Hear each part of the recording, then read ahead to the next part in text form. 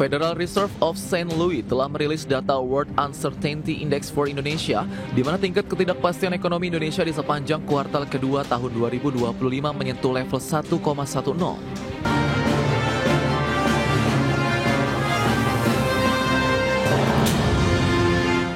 Ya, pemirsa, indeks ketidakpastian ekonomi Indonesia mengalami kenaikan yang signifikan di kuartal 2 tahun 2025. Lonjakan tersebut mencerminkan meningkatnya kekhawatiran terhadap arah kebijakan ekonomi Indonesia di tengah dinamika geopolitik dan juga geoekonomi.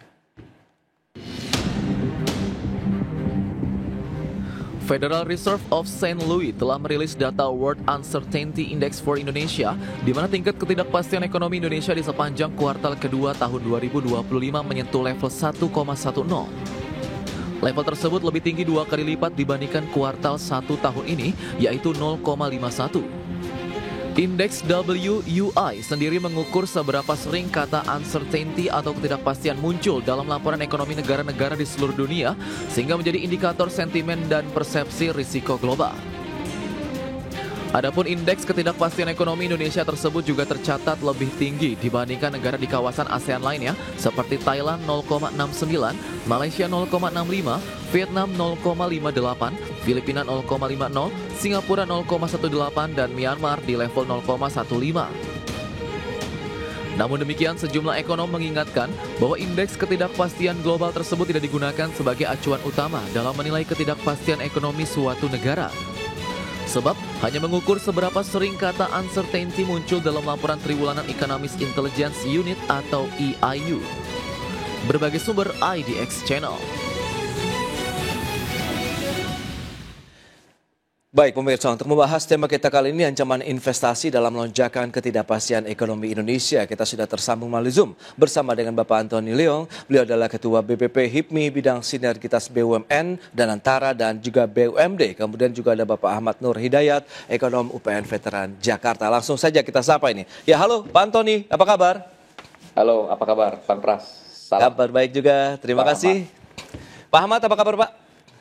Kabar baik, Pras. Semoga semua sehat ya. Baik, terima kasih juga atas waktu yang disempatkan. Ini menarik dari sisi HIPMI terlebih dahulu menilai begitu data yang tadi sudah dirilis begitu bahwa uncertainty begitu kalau kita cermati dari ataupun ketidakpastian ekonomi di Indonesia dan sejumlah negara tadi juga sudah disampaikan ASEAN dan Indonesia menempati posisi ataupun level 1,10%, which is ini juga lebih tinggi dibandingkan dengan negara-negara ASEAN lainnya. Apa yang bisa HIPMI cermati begitu? Silakan. Ya, tentunya kami melihat ya bagaimana World Uncertainty Index ini yang melonjak ya dari 0,51 di kuartal pertama menjadi 1,1.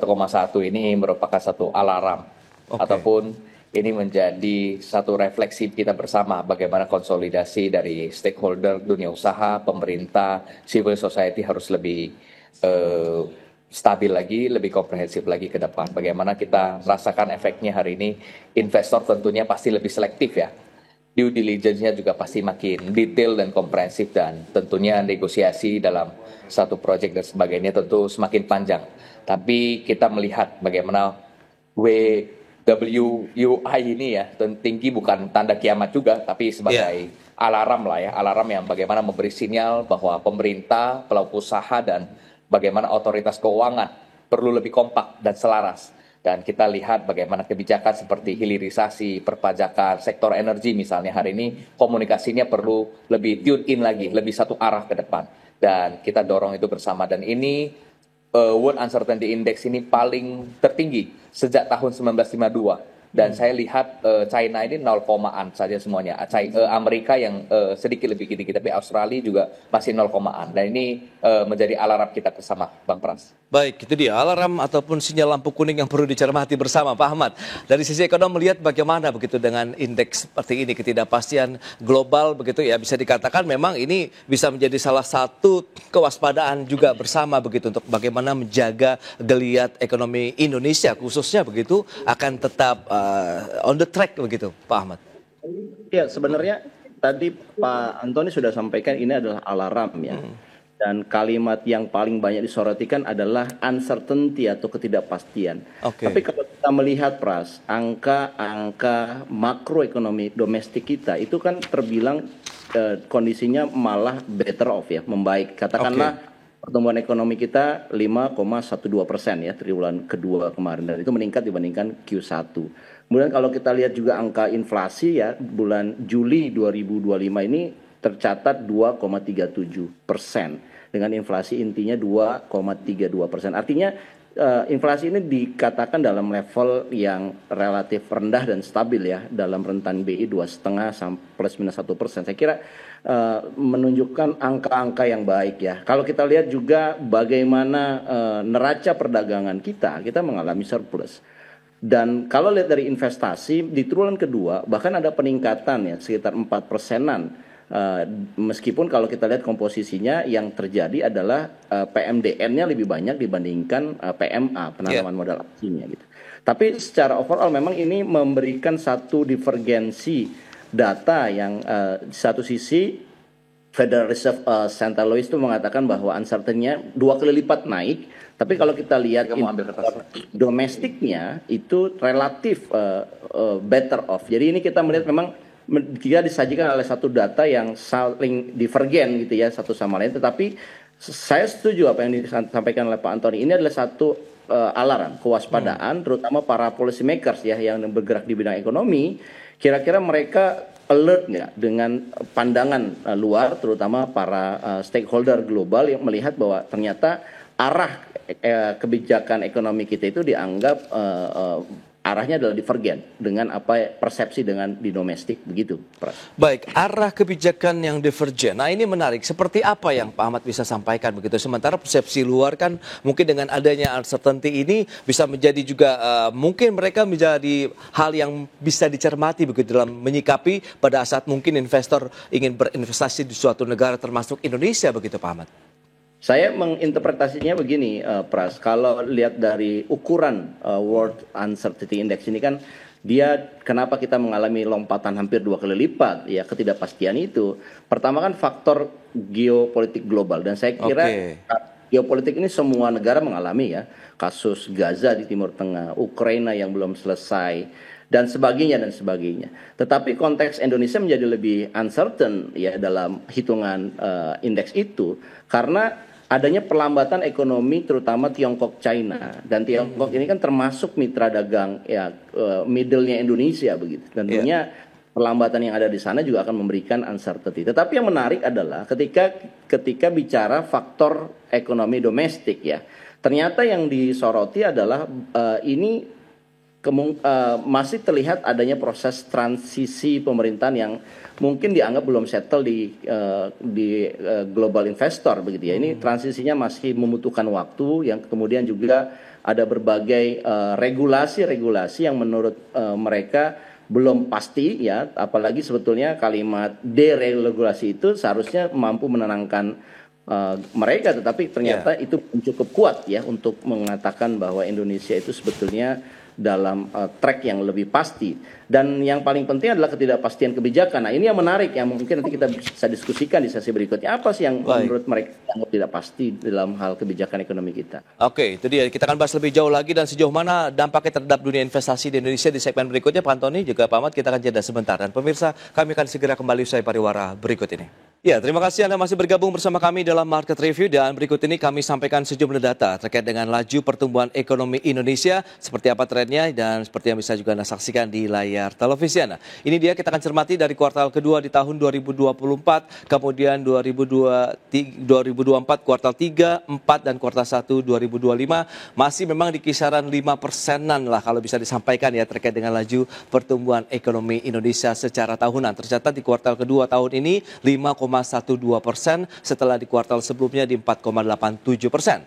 Selanjutnya kita lihat bagaimana dengan realisasi investasi. Nah, ini dia. Kita akan lihat bersama di sepanjang semester 1 dalam artian kuartal 1, kuartal 2 kalau kita total sudah ada 942,9 triliun rupiah. Sementara di kuartal 1 477,7 triliun. Di kuartal kedua tahun ini 465,2 triliun. Ya, memang ada sedikit penurunan begitu ya untuk realisasi investasi kita. Dan selanjutnya ini menarik juga dicermati dengan PMI Manufaktur Indonesia setelah sempat kita memang mengalami masa ataupun fase-fase yang kontraksi.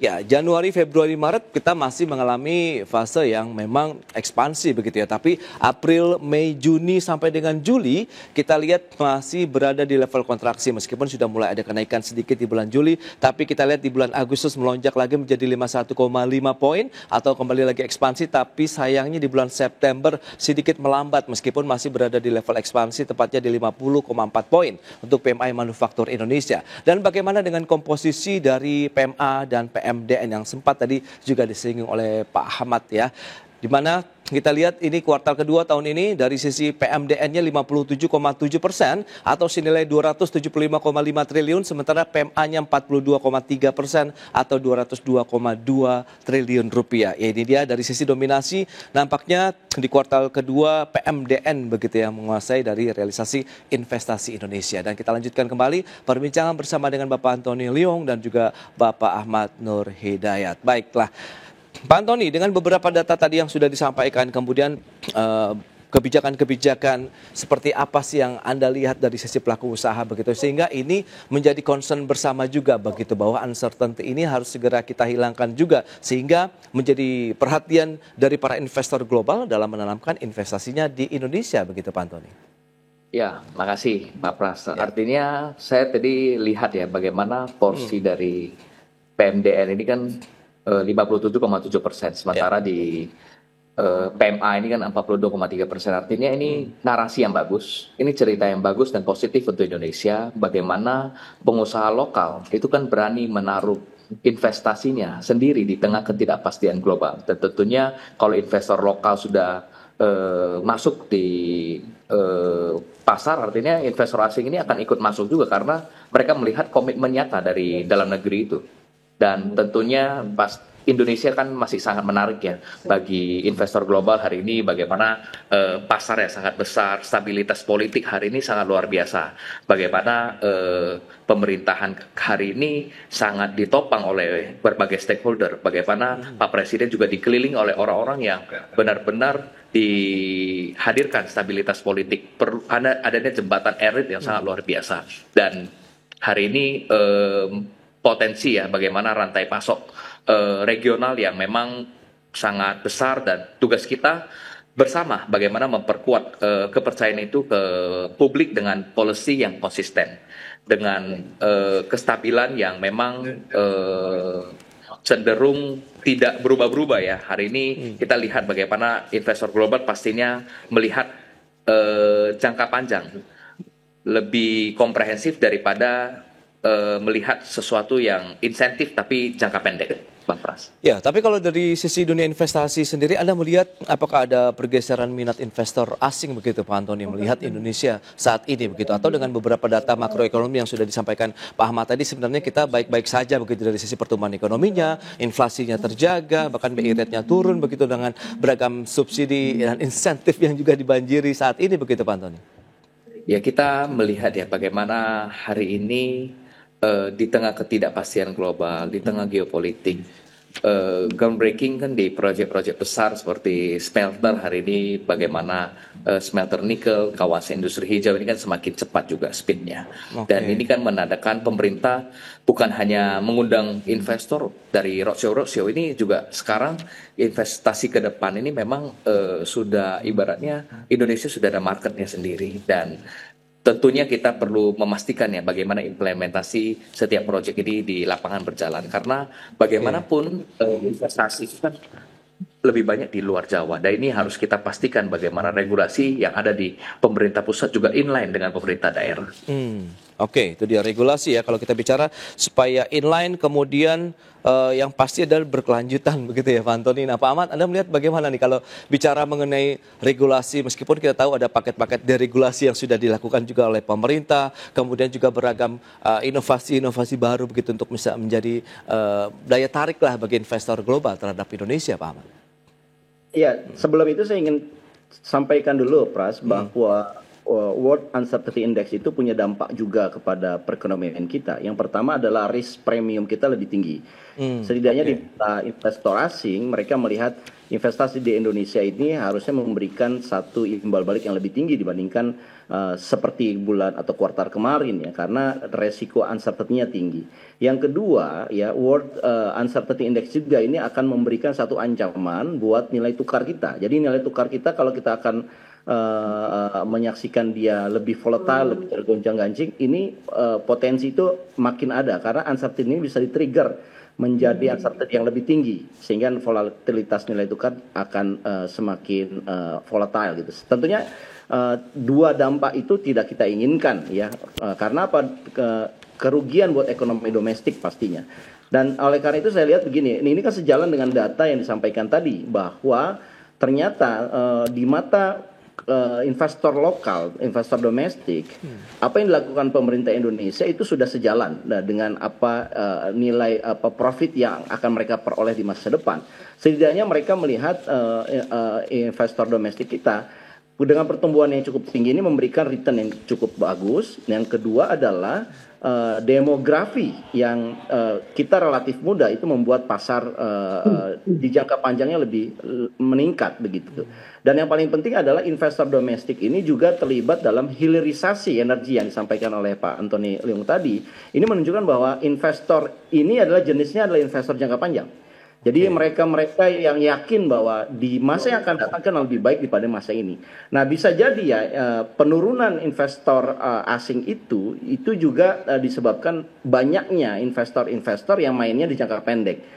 Tetapi saya yakin ya kalau investor domestiknya sudah banyak yang bermain jangka panjang, nanti efek ekornya, efek ikutannya akan kita saksikan mudah-mudahan dalam semester yang akan datang.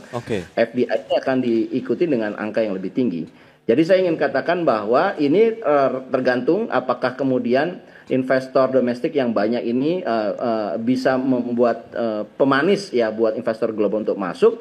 Tentunya kalau investor global ikut masuk juga, ini dunia bisnis kita akan semakin menggeliat dan ini yang diharapkan supaya kita punya 8% pertumbuhan ekonominya, Mas. Itu dia FDI yang memang diharapkan ya bisa masuk ke Indonesia, kemudian menggerakkan ekonomi dan yang pasti adalah penyerapan tenaga kerja di sana. Strateginya seperti apa? Kita akan bahas nanti di segmen berikutnya, Pak Antony dan juga Pak Ahmad. Kita akan jeda kembali sebentar dan pemirsa tetaplah bersama kami.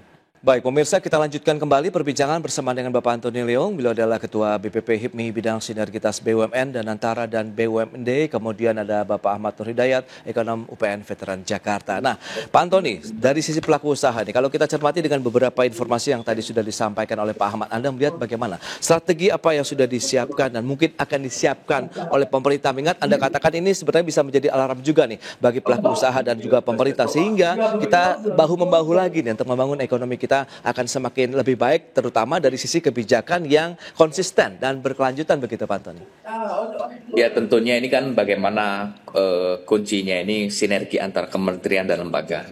Sekarang ini kita melihat bagaimana sinergi ini cukup baik. Tentunya harus lebih tajam dan terukur ya Pak Pras ya. Bagaimana Kementerian Investasi, Kementerian Keuangan, Kementerian Perindustrian pun semua harus punya roadmap investasi yang sama. Kadang kita melihat banyak egosentris, egosektoral dari setiap kementerian, dan ini inline-nya jangan hanya di paperwork atau di dokumen, tentunya di lapangan juga. Kita dorong bagaimana hari ini pentingnya Indonesia di tengah World Uncertainty Index yang sangat tinggi saat tadi ini, kita harus ada bagaimana sistem aftercare untuk investor. Sistem care ataupun sistem peduli pasca investasi masuk itu ke Indonesia. Bukan hanya saat penanaman modal baru, tapi juga bagaimana ketika mereka sudah beroperasi. Karena kita lihat banyak hal ya, seringkali yang bikin investor frustasi bukan saat di izin awal saja. Biasa izin awal sudah frustasi juga, tapi bagaimana mereka saat beroperasi misalnya. Dan bagaimana kepastian dari pasokan, kepastian dari konsistensi pajak. Nah ini kan harusnya ada insentif-insentif yang hari ini Kementerian Investasi tawarkan juga, atau Kementerian Keuangan tawarkan hari ini. Kami nggak tahu juga bagaimana keberlangsungan dari tax holiday. Apakah masih ada setelah 2025? Nah ini harus kita pikirkan. Atau hanya ada tax holiday di proyek-proyek hilirisasi ataupun di sektor-sektor energi. Dan ini Tentunya kami sebagai pengusaha muda dan organisasi kepemudaan di HIPMI siap tentu menjadi jembatan ya bagaimana antara pengusaha muda di daerah, pemerintah daerah dan kementerian di pusat agar sinergi ini benar-benar berjalan dari atas sampai ke bawah. Pak Pras. Ya, tapi strategi apa yang perlu dikonkretkan begitu Pak Antoni? Kalau kita lihat begitu supaya tadi ini kan komposisinya di kuartal kedua PMDN yang lebih banyak begitu dengan PMA, sementara kalau Pak Ahmad tadi berharap FDI ini yang lebih banyak lagi masuk ke Indonesia begitu Pak Antoni, dan untuk yang jangka panjang. Ya, tentunya kami memproyeksikan ya bagaimana pertumbuhan hari ini bisa terus bertumbuh di atas dan bisa kecapai targetnya, dan tentunya ada beberapa hal ya. Kepastian kebijakan ekonomi makro misalkan, bagaimana hari ini termasuk arah bunga kita, fiskal kita dan energi. Tentu kita mengapresiasi ya bagaimana hari ini Danantara bisa meraih Patriot Bond ya dengan bunga yang cukup rendah di 2%. Artinya Danantara juga menjadi salah satu penerbit ini bisa menghadirkan bagaimana bisa meraup 50 triliun tapi dengan angka 2%. Artinya ini menjawab bagaimana Kementerian Keuangan yang biasanya di obligasi dan sebagainya kan di atas 5%.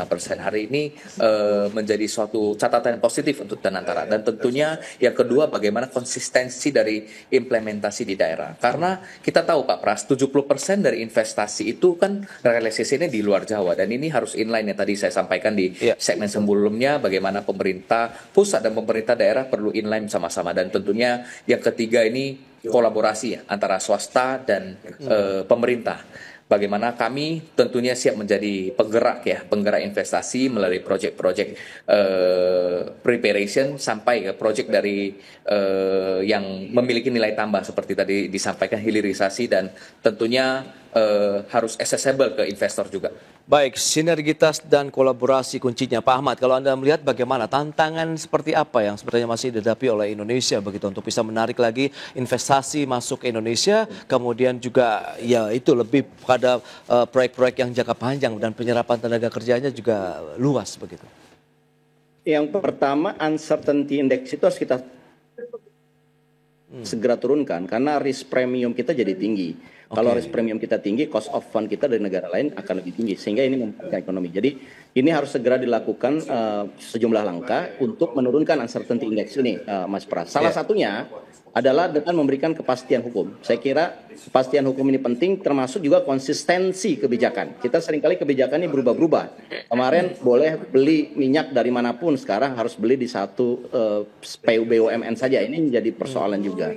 Yang kedua saya kira kita punya PP 28 2025 ya, yang mempercepat perizinan. Saya kira ini sudah cukup bagus. Ada SLA, Service Level Agreement, batas waktu minimal yang harus dilakukan oleh para birokrat untuk mempercepat perizinan.